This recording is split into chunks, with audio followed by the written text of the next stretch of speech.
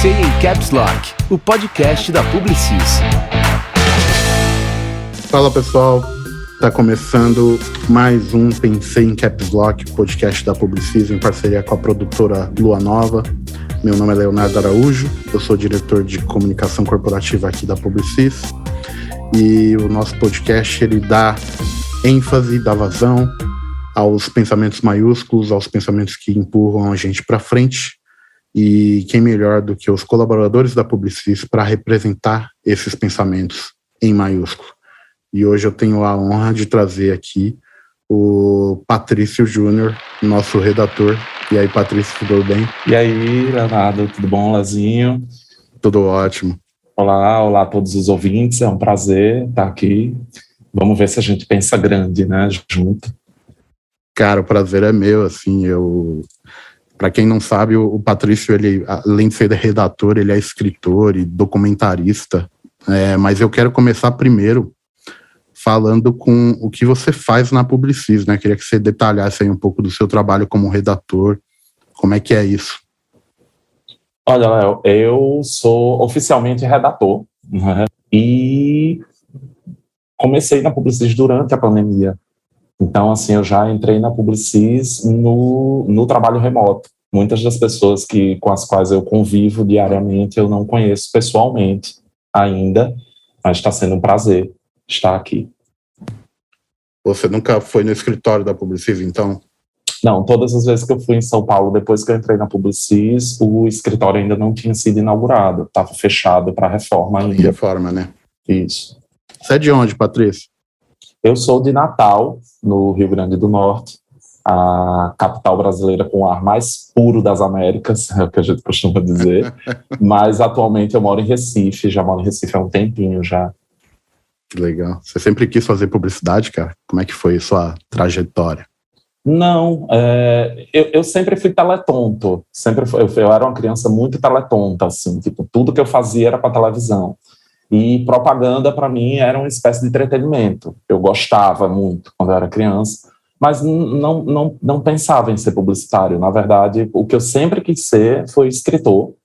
E passei um tempo ali pensando em ser escritor e professor. Mas depois eu encontrei na comunicação uma carreira mais interessante para mim. Eu queria muito trabalhar com jornalismo. Então, eu entrei em comunicação social com habilitação em jornalismo, cursei jornalismo, mas durante a faculdade eu consegui um estágio numa agência de Natal, e aí isso mudou completamente o rumo da minha vida. Assim, eu me apaixonei pelo fazer da publicidade, foi muito, muito instigante para mim ver como todas aquelas histórias que eu acompanhava eram feitas. E aí eu me formei em comunicação social com habilitação em jornalismo, já trabalhando com publicidade, e depois fui fazer uma especialização para ter um pouco mais de embasamento na área. Que massa. Você tem quantos anos, Patrício? Eu tenho 43. 43. Isso. E você comentou aí, né, cara, que você tinha paixão, queria ser escritor e tudo. E você conseguiu fazer isso, né? Eu tô rumando o papo agora para o que você faz fora da Publicis. Você faz muita coisa, né, cara? Convenhamos. Eu queria que você falasse um pouco da sua carreira como escritor primeiro. Vou começar por aí. Léo, eu vou fazer um adendo antes de responder para você. Favor. Né? Eu gosto de contar histórias. Eu venho de uma família contadora de histórias. Todo mundo na minha casa gosta de contar histórias. Minha mãe é uma grande contadora de histórias. Eu acho que isso vem muito da tradição, da vivência das pessoas negras, essa coisa de guardar na memória verbal os fatos que acontecem, né? E eu sempre carreguei muito isso comigo. Meu pai era um leitor voraz, ele adorava ler, então isso me estimulava muito a ler. E minha mãe sempre gostava muito de contar histórias. Assim, até hoje ela conta as histórias que ela viveu de uma maneira única. Assim, eu fico documentando e tentando imitar a maneira como ela fala, tentando escrever da forma como ela fala, porque eu acho muito genial as imagens que ela cria quando ela vai contar uma história. Quando eu fui para a publicidade, eu vi na publicidade uma oportunidade de poder contar histórias também, contar histórias profissionalmente, né? E não ter um trabalho frustrante para um contador de histórias. Então, a publicidade me proporcionou isso, me proporcionou uma carreira profissional que não é frustrante para alguém que gosta de contar histórias, porque eu encaro o trabalho do redator publicitário dessa forma. Muito antes do storytelling, eu já pensava que fazer uma campanha publicitária era contar uma história, era envolver as pessoas numa narrativa. Mas a literatura nunca me abandonou, sempre foi uma ambição minha. O primeiro livro que eu escrevi, que eu peço a todos os santos que ninguém jamais leia, eu tinha 13 anos, eu comecei, eu sempre muito aficionado pela estrutura narrativa, pela maneira como uma história funciona, pelos códigos que tem dentro de uma história, então eu ficava tentando decifrá-los na prática. E aí, com 13 anos, eu comecei a tentar escrever romance, mas eu só vim publicar mesmo meu primeiro romance, eu acho que eu já tinha 25 para 26 anos. Eu me juntei com 3 amigos em Natal. Coincidentemente, todos nós trabalhávamos com comunicação, e cada um de nós tinha uma obra em uma vertente literária. Eu tinha um romance, um deles tinha um livro de crônicas, o outro um livro de contos e outro livro de poemas.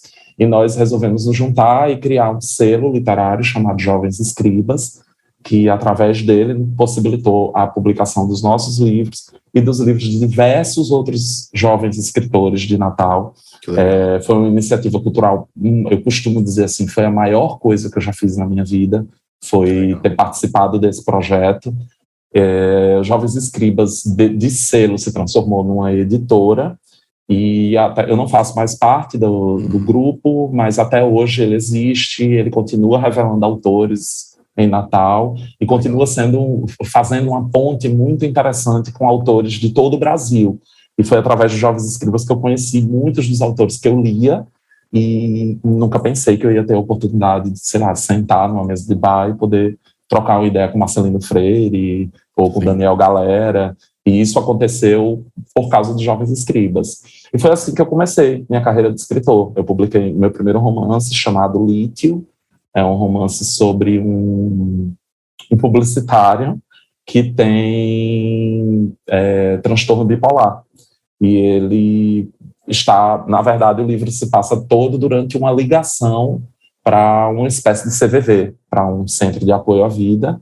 Ele liga para esse centro de apoio porque ele está prestes a se matar, ele não aguenta mais uma vida muito frívola, ele tem uma vida muito frívola, e ele quer se matar, e ele é atendido por um estudante de psicologia que está ali ralando naquele emprego, mas que também não aguenta mais a vida dela.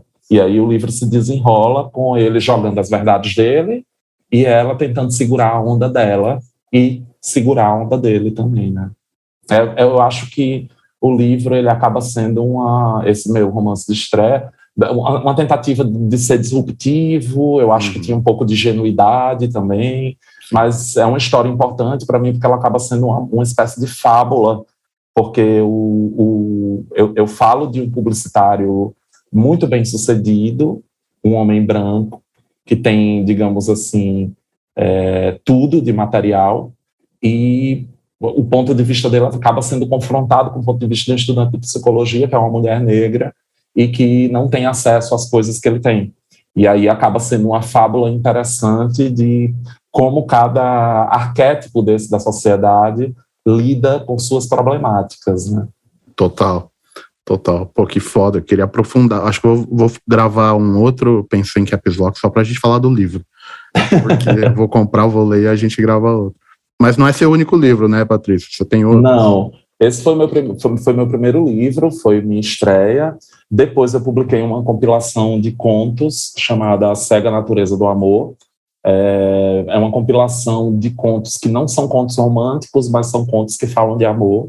Uhum. E aí eu abordo diversos tipos de amor nesses contos, desde o amor platônico até o amor, digamos assim, antes conhecido como tradicional e hoje entendido como heteronormativo, o amor romântico, o amor autodestrutivo, enfim, uma série de contos em que eu exercitei um pouco a narrativa curta, porque eu não conseguia me livrar da narrativa de Lítio.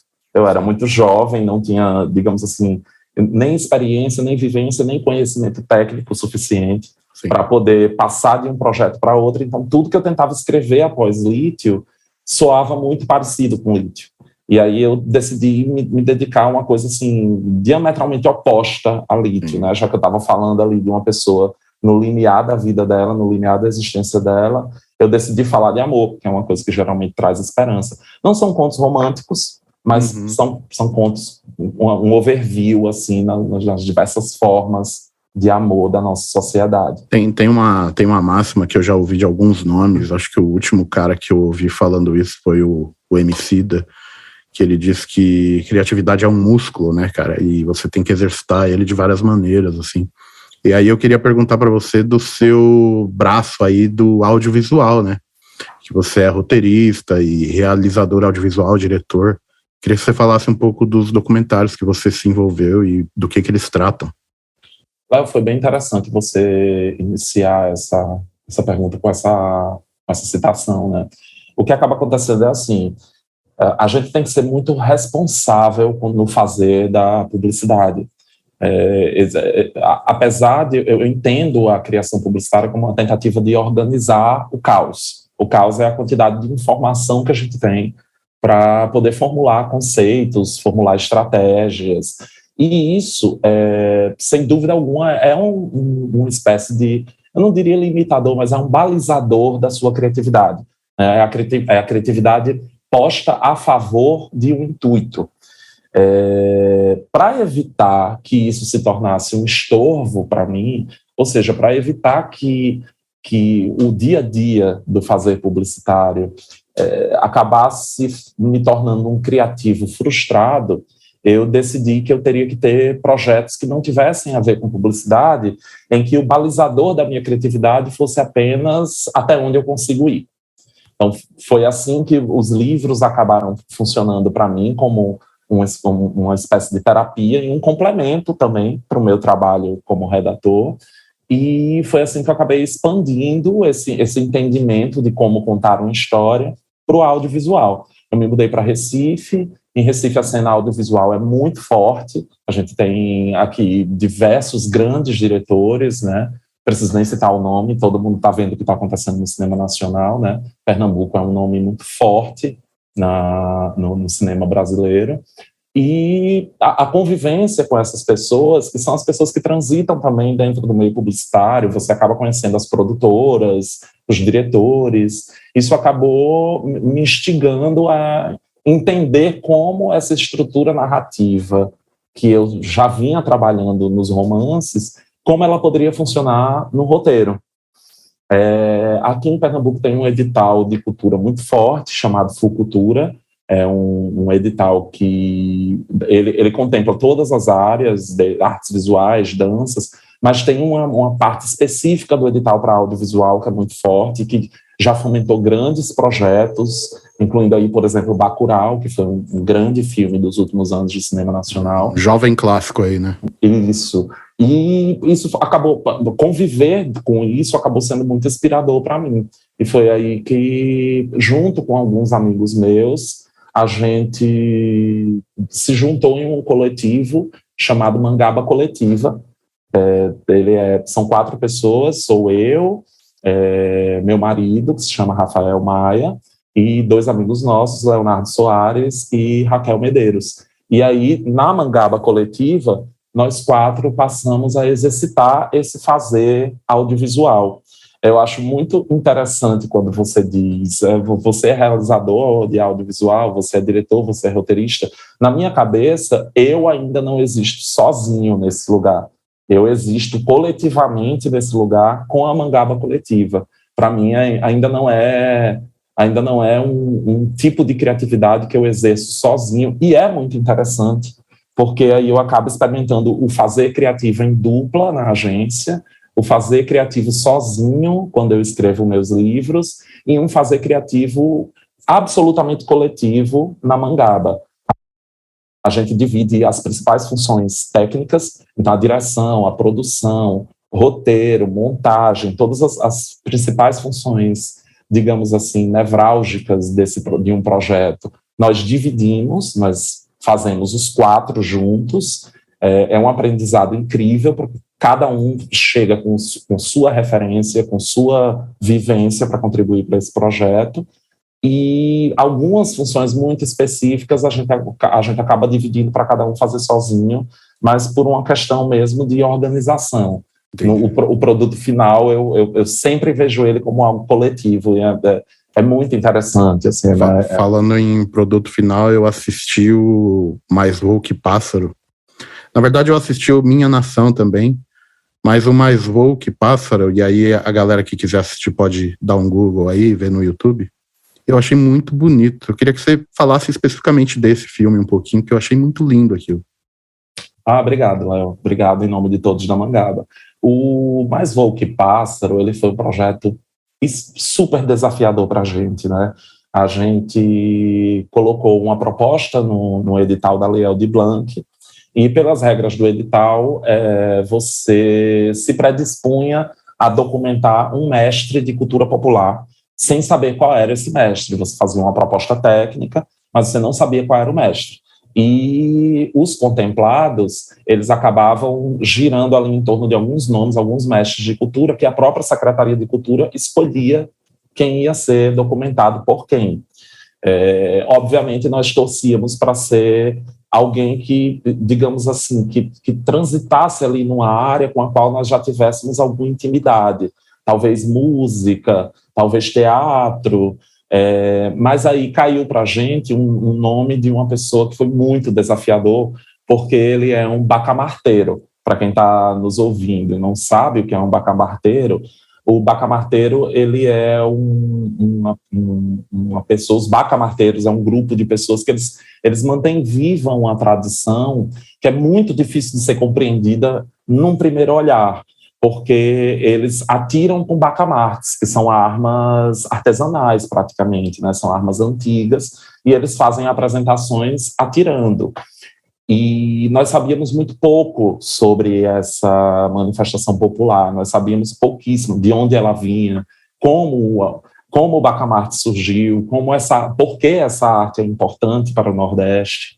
E aí foi muito desafiador, porque diante de todas as ideias que a gente tinha, documentar alguém que se apresenta atirando era algo que mexia muito com a gente, mexia muito com nossas convicções. A gente achava que todos nós concordamos em alguns temas e somos todos pró-desarmamento. Então, foi muito desafiador para a gente encontrar o tom correto para abordar esse personagem. O personagem se chama Ivan Marinho, e aí na nossa pesquisa nós descobrimos algo aterrador sobre Ivan Marinho. A gente descobriu que ele era um poeta marginal de Recife, e que continua sendo poeta, e ele fazia parte dessa geração de poetas marginais, do qual despontaram diversos nomes muito importantes para o Brasil, incluindo Miró, que é hoje o poeta vivo mais importante de Pernambuco. E aí foi muito desafiador para a gente quando a gente viu isso, né? E aí a gente disse, agora a gente vai ter que entender como é que um poeta virou um bacamarteiro. Tanto que, aí, sem querer dar spoiler, mas já dando um spoilerzinho, o documentário, o mini documentário começa logo com a cena dos tiros ali, né? E ali, mais pro final, você vê ele declamando um poema e você, meu Deus, estou vendo o mesmo filme, o que está acontecendo? É muito interessante isso, né? Desculpa te interromper. O subtítulo que a gente pensou, né, que é A Palavra e a Pólvora, de Ivan Marinho, ele vem disso, né? A gente encontrou na palavra dele muita pólvora, e encontrou na pólvora dele muita palavra. Sim. E aí, nas nossas reuniões de brainstorm, surgiu a ideia de fazer uma abordagem mais poética desse personagem. Então, quando a gente sentou com ele, a gente não se deteve em perguntar datas, em perguntar nomes ou fatos, a gente quis descobrir qual era a poesia que estava nele. E ele acabou se revelando um personagem grandioso, não só um personagem grandioso, mas uma pessoa grandiosa. E foi muito bacana poder passar por esse processo, confrontar nossos próprios preconceitos e jogar uma lupa sobre uma parte da história do Nordeste que é comumente contada de uma maneira desabonadora para o Nordeste, que é o cangaço. É um dado muito, muito importante para quem é nordestino, a existência do cangaço. Ainda é um assunto controverso para a maioria das pessoas que não são nordestinas, porque no imaginário das pessoas que não estão no Nordeste, o cangaço ele está sempre ligado à criminalidade. Tanto é que essa onda de assaltos que vem acontecendo no Brasil no interior, né, de fechar uma cidade, todo mundo entrar, acabam chamando de cangaço novo cangaço, e isso acaba, sim, detendo muito de xenofobia nessa expressão, porque o cangaço, ele não foi óbvio, eu não sou especialista em cangaço, então claro, eu não quero posar aqui de estudioso do cangaço, mas a forma como eu entendo dentro da minha experiência o que foi o cangaço, ele foi uma reação à ausência do poder público no Nordeste durante décadas. Sim. E aí essa reação... Eu escrevi até uma vez um texto que falava um pouco sobre essa reação, que dizia assim, você nos oferece bombas e você quer que a gente responda como? Com flores? Então, é isso, né? O cangaço ele acabou flertando com a violência por uma questão de sobrevivência mesmo. E é uma etapa importante da formação do Nordeste. Então, a gente não pode se dar o luxo de fingir que isso não aconteceu.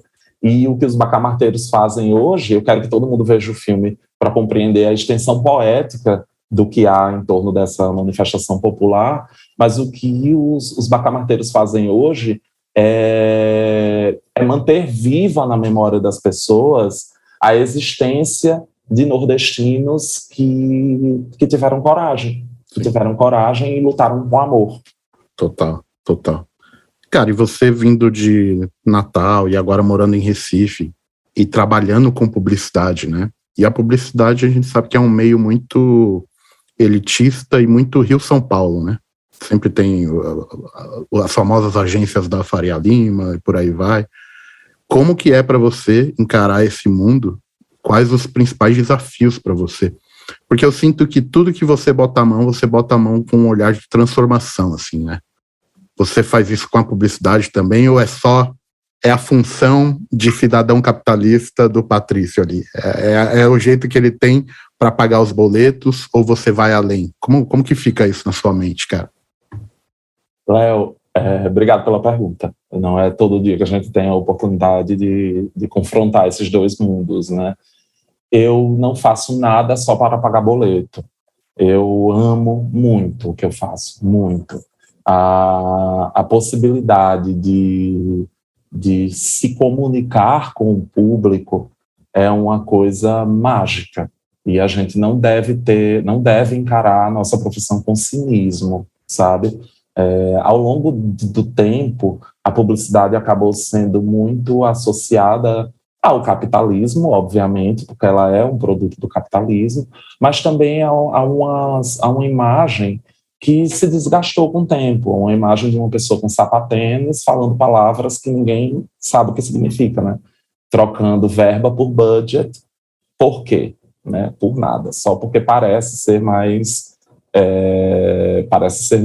profundo dizer budget do que palavra, ou do que verba. Mas a publicidade não é só isso. Um dia, numa reunião com algumas pessoas da Publicis, para um projeto que a gente estava fazendo, eu falei assim, eu disse, gente, a gente precisa lembrar que a exceção do Brasil somos nós. A maioria das pessoas do Brasil não vivem como nós. A maioria das agências do Brasil não são como a Publicis.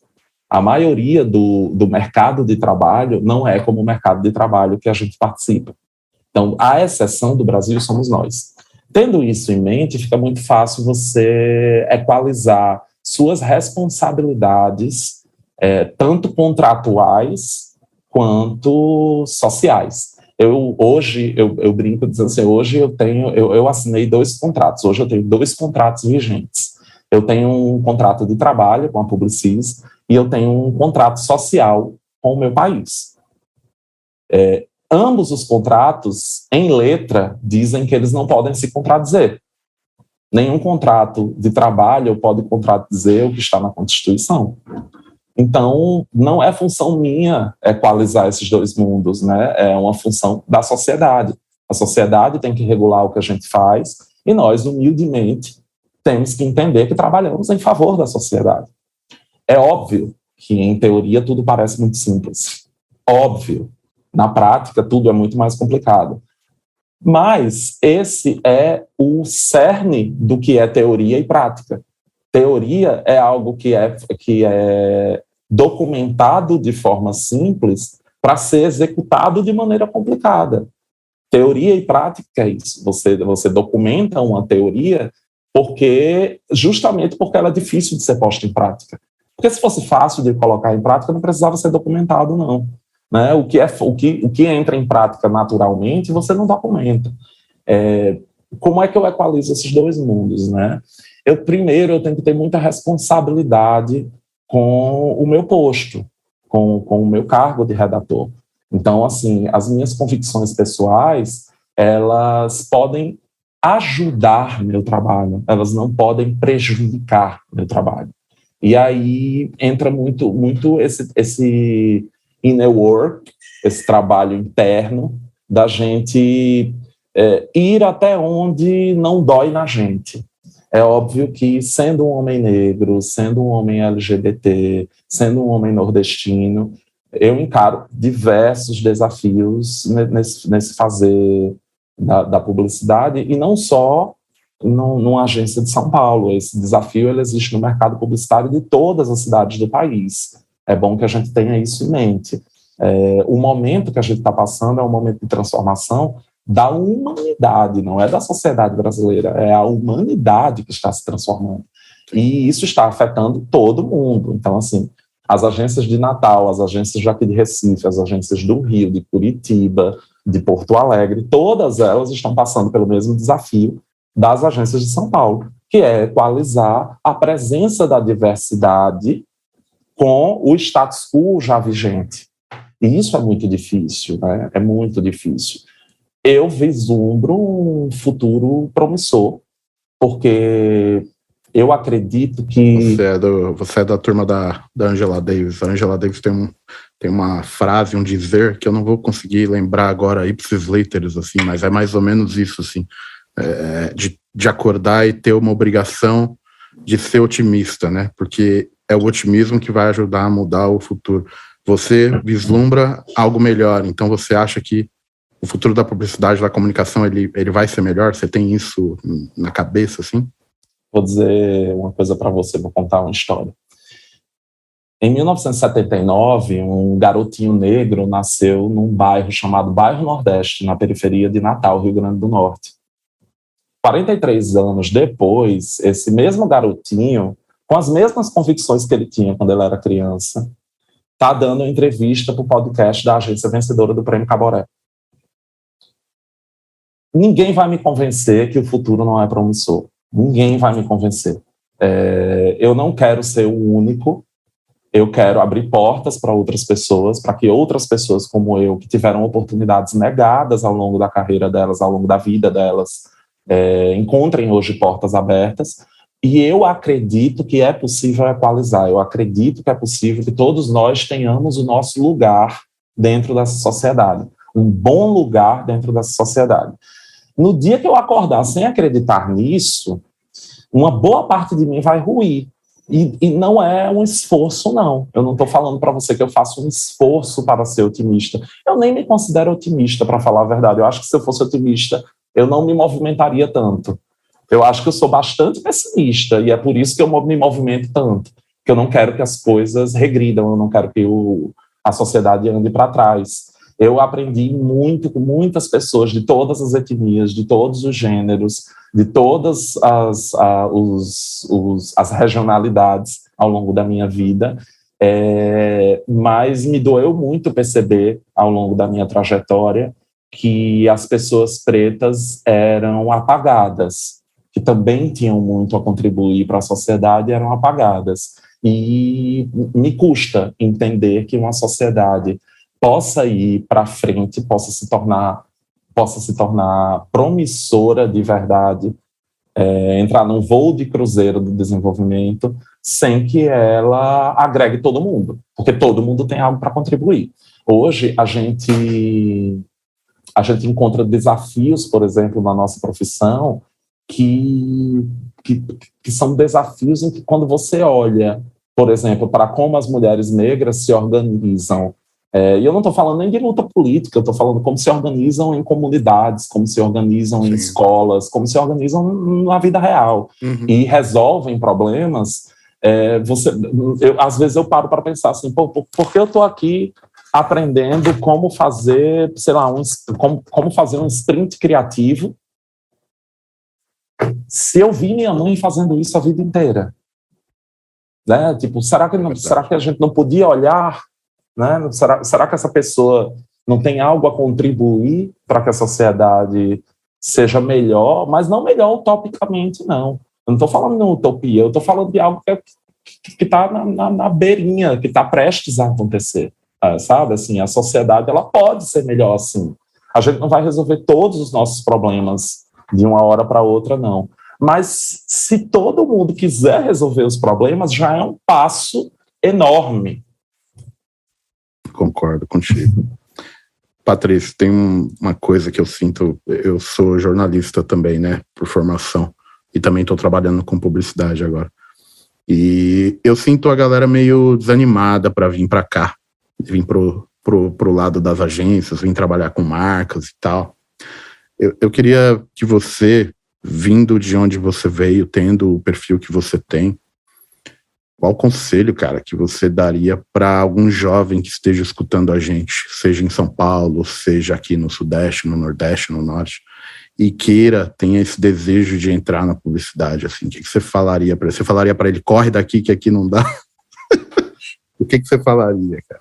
Não, eu jamais falaria isso, não. Eu falei antes, eu sou muito apaixonado pela minha profissão, eu gosto muito de trabalhar com criação publicitária. Eu acho que foi uma carreira que me possibilitou abrir muitos horizontes, abrir muito a minha cabeça, conhecer pessoas muito inteligentes, conhecer pessoas muito legais, me surpreender positivamente com muitos profissionais. É uma carreira tal qual todas as outras. Tem seus percalços, tem seus defeitos, tem suas crises. O que é que eu diria para um jovem que quer ser publicitário hoje? Pense grande. Pense grande. Não pense pequeno. Não pense em tirar da frente. Não pense em pagar boletos. Não pense em tá bom aqui onde eu estou. Pense grande. Mas eu também diria para esse mesmo jovem que a publicidade não é o único caminho. Nós estamos no mercado em transformação e a publicidade também está se transformando. Então, também tem outros caminhos criativos para o fazer publicitário.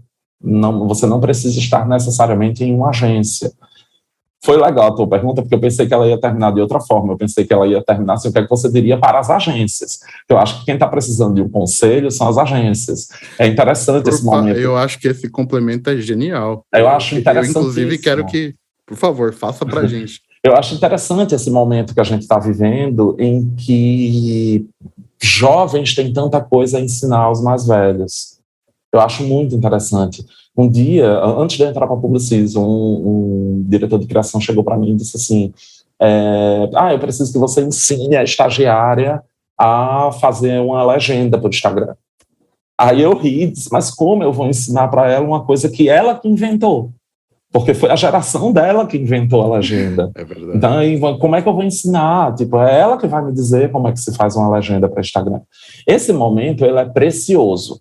Ele é um ponto de inflexão, um ponto de transformação dentro da nossa profissão, que sempre foi muito inovadora, sempre foi muito avant-garde, sempre esteve à frente dos outros mercados na questão das relações humanas, na questão da inovação, na questão da criatividade. Hoje, o que eu diria para as agências é aproveita esse momento, porque ele vai passar. E quando esse momento passar, ele vai ser um redemoinho que vai levar quem não soube aproveitar essa energia. Sim. Tem uma amiga minha que ela falou para mim uma vez assim, ela disse, em agosto, a energia de Exu se solta. Quem está preparado para receber essa energia, pega ela e vai, molda e transforma ela numa coisa bacana. Quem não está preparado leva um choque e cai no chão. As turbulências, elas são assim, né? Elas não são necessariamente boas ou más.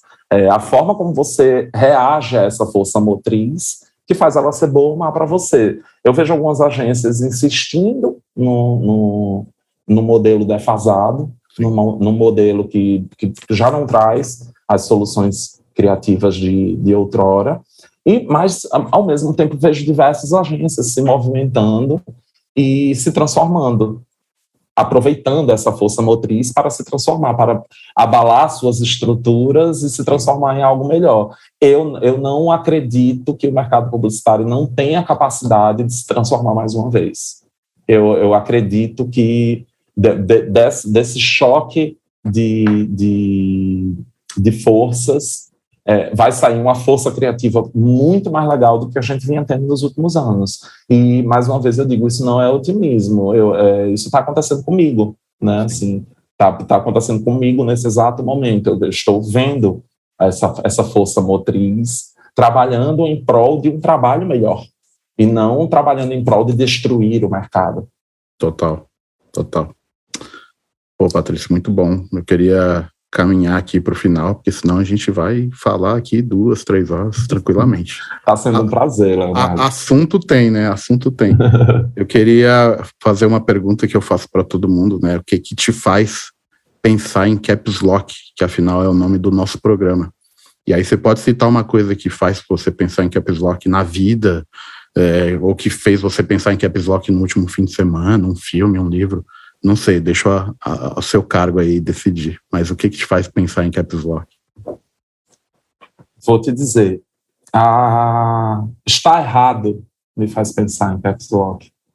Está errado é a sensação mais injustiçada da humanidade. Está errado é muito bom. É muito bom. Te coloca no lugar da transformação. Te abre possibilidades. Está errado, te abre possibilidades. Minha vida minha trajetória não teria sido essa se eu tivesse certo o tempo inteiro. Eu errei muito para chegar num ponto, digamos assim, de mínimo equilíbrio das minhas características. Mas eu continuo cultivando essa possibilidade ímpar, né? Eu posso errar, eu pergunto muito para os meus diretores de criação. Dá para errar nesse job? Se der para errar, eu fico muito confortável. Não dá para errar, aí tá, vamos lá. Tem job que não dá para errar, ok. Mas tem job que dá para errar e aprender e consertar antes de ir para o ar, né? E esses momentos, o momento do erro é um momento mágico.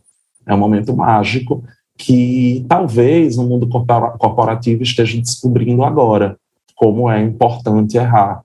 E é bom, né? A Adriana Calcanhoto tem uma música que diz assim, a música se chama Por que Você Faz Cinema? E ela diz, para ver os poderosos como cachorros dentro d'água no escuro do cinema.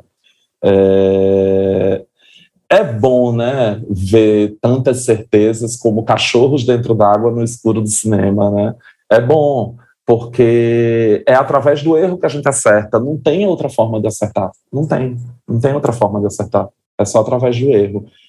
Foi através do erro que eu aprendi a fazer literatura, aprendi estrutura narrativa, aprendi a contar uma história. Foi através do erro que eu fiz, junto com a Mangaba Coletiva, o documentário Mais Voo que Pássaro. Foi através do erro que eu fui contratado pela Publicis. Foi através do erro que eu tive a oportunidade de participar do coletivo Preto no Preto dentro da Publicis, que é uma coisa que está sendo transformadora para mim. A oportunidade de encontrar outros profissionais de publicidade pretos que vivem realidades díspares da minha, mas que temos muita coisa em comum para trocar. O que me faz pensar em Caps Lock é isso. Se eu não puder errar, eu não me demoro. Não me demoro. Maravilha, Patrícia. Eu vou aproveitar que você citou o coletivo Preto no Preto, do qual eu faço parte também. Vou revelar aqui uma característica do grupo que só quem está lá conhece. O Patrício sempre manda uns mini podcasts para a gente, para os membros do grupo, com histórias assim relacionadas à nossa história, né? A história do povo negro. E, cara, é muito emocionante tudo aquilo, porque começou, eu não sei se foi você não estava fazendo nada, aí você foi lá e criou, não sei como é que começou, mas hoje em dia a gente fica esperando ali os áudios do Patrício em determinadas datas, né? E você lê textos muito bonitos, conta histórias muito bonitas, e eu queria que você deixasse alguma história ou algum texto que seja inspirador como aqueles, para a galera que está ouvindo a gente. Se você tiver algum aí que você possa ler para a gente, puta, eu vou adorar finalizar o podcast assim. Eu vou fazer um alto jabá, mas antes eu vou comentar um pouquinho sobre esses podcasts, né, esse mini podcast. Por favor. Eu gosto muito de pesquisar sobre nossa ancestralidade, sobre pessoas negras que já estiveram por aqui e que contribuíram para as portas se abrirem para a gente. Eu acho que o grande trunfo que as pessoas negras têm são as outras pessoas negras que vieram antes. É por isso que a gente está aqui, é por isso que a gente sobreviveu e é por isso que a gente continua criando, transformando, é o intuito, né? Eu quero entregar um mundo melhor para os próximos. E é isso que faz eu acordar todo dia e dizer, hoje eu vou mudar o mundo, ou vai ser hoje. Essas histórias que eu mando para o coletivo, na verdade foi porque eu sentia o que eu chamo de solidão do saber. Assim, eu pesquisava sobre essas figuras e eu ficava, poxa, eu tenho que contar isso para alguém. Outras pessoas têm que sentir a mesma coisa que eu estou sentindo, né? Outras pessoas têm que sentir como Chica Manicombo foi inspiradora, tem que saber como Aleijadinho foi talentoso, tem que saber, enfim. E aí eu passei a compartilhar com o coletivo esses áudios de 1 a 2 minutos, que também são muito inspiradores para mim, porque vocês sempre me devolvem com muito afeto, né? Com muito afroafeto, tudo que eu mando. E é um prazer fazer isso sempre, assim. Não, a minha intenção não era que fosse um projeto. Não é um projeto. Ele é um carinho, é um chameguinho para lembrar para os profissionais pretos da Publicis que vieram pessoas antes da gente que enfrentaram desafios enormes para que a gente pudesse estar aqui. E é sempre bom lembrar disso, né? Mas, como a oportunidade é única, eu vou ler um texto meu, porque até faz tempo que eu não leio um texto meu, porque o último livro que eu lancei foi em 2016, se eu não me engano. E eu venho trabalhando em outro romance agora, mas, enfim, a pandemia me tirou um pouco da inspiração, eu preferi ficar quietinho e tal, esses projetos estão marinando. O meu terceiro livro, ele se chama Absoluta Urgência do Agora, é um romance sobre uma separação, numa situação meio inusitada, assim, é uma DR, mas só uma pessoa fala, a outra pessoa nunca responde. E aí você vai entendendo em que situação esse ex-casal está, por que a outra pessoa não responde e por que quem fala tem tanta mágoa com o andamento dessa DR, né? Eu brinco dizendo assim, é uma DR unilateral, é o sonho de qualquer pessoa, né? O personagem, ele fala tudo o que quer para o outro personagem e o outro personagem não responde, mas aí por trás desse desabafo, digamos assim, existe uma trama que vai se revelando aos poucos e que fala muito sobre o amor não ter culpados, sabe? O amor é um crime que não tem culpados. E aí o livro começa com um pequeno texto chamado Nossa Casa, que o próprio personagem lê em voz alta para esse interlocutor que não responde. E aí eu vou ler para vocês. Nossa Casa. Estou vivendo tua ausência nas paredes descamadas, na pele descascada, no riso sem lastro. Sinto falta das escamas que eram teus abraços, da casca que teus braços construíam para mim. Ninguém me cozinha, compro temperos completos. Tomo leite, mato insetos, assisto ao tempo não passar. Estou aprendendo tua ausência nas roupas que atiro a esmo, no silêncio, no espelho, no destempero de comer sozinho. Meu olhar se debate em coisas que noto e jamais notei. Descobridor dos 7 mares do lar onde me afoguei. Não sabia que as plantas definhavam sem tua água.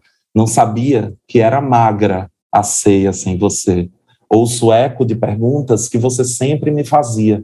Como ligo a TV a cabo? E eu desabo, mas eu sorria. Enrosco-me em 2 lençóis. Desde então, não fiz a cama. Estou digerindo tua ausência, dirigindo para casa. Busco ruas engarrafadas para retardar o nada. Subo escadas, aqueço água, esqueço a fala, desuso a pia. Geladeira vazia, comida azia, noites tardias vendo TV. O leite é feito de soja, o chá já não me alivia. Saio e busco em prosa o que em você era poesia. Onde está a nossa casa agora? Se onde eu moro, mora apenas um. É isso. Vou deixei um pouquinho de silêncio, porque texto bom a gente tem que deixar um silêncio no final, né? Para a galera digerir, refletir sobre. Cara, muito bom, Patrício. Muito obrigado pelo seu tempo. Foi um prazer te receber aqui no Pensei em Caps Lock. Eu acho que você é mais um representante muito bom dos valores que a Publicis carrega, né? Como corporação, como empresa. Tem algum último recado, alguma última coisa que você queira falar? Eu agradeço o convite, foi um prazer conversar com você, foi um prazer falar para os ouvintes do podcast. O último recado que eu dou é o seguinte: a gente falou muito sobre a profissão, sobre o fazer criativo, sobre, enfim. Eu sempre termino minhas falas com uma coisa muito simples que às vezes a gente esquece de reforçar no dia a dia. Seja uma boa pessoa. Seja uma boa pessoa. A gente vive um momento em que parece que dizer isso se tornou brega e é perigoso transformar em deletério algo que é tão importante, né? Os bons se atraem, os bons constroem, os bons fazem evoluir, os bons trabalham para os maus também. Os bons fazem o bem para os maus também. É mais inteligente, mais lucrativo e mais próspero ser bom. Então, seja um grande profissional, bote para quebrar na sua pauta, cresça profissionalmente, mas, antes de tudo, seja uma boa pessoa, porque lá no finalzinho, o que vai sobrar para você é isso. Não é nada que você tem na estante, não é nada que você tem no guarda-roupa, não é nada que você tem no cofre. O que vai sobrar é o que você tem dentro de você, né? Eu quero apresentar para o mundo a minha melhor versão. E eu espero que isso inspire as outras pessoas a fazerem o mesmo, a apresentarem a melhor versão delas.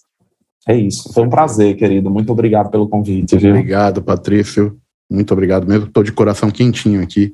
Quem estiver ouvindo aí, tiver algum elogio, crítica, reclamação, pode escrever para contato@publicis.com.br, que a gente vai ler o seu e-mail com muito carinho. Mais uma vez, muito obrigado, Patrício. E é isso, pessoal. Valeu!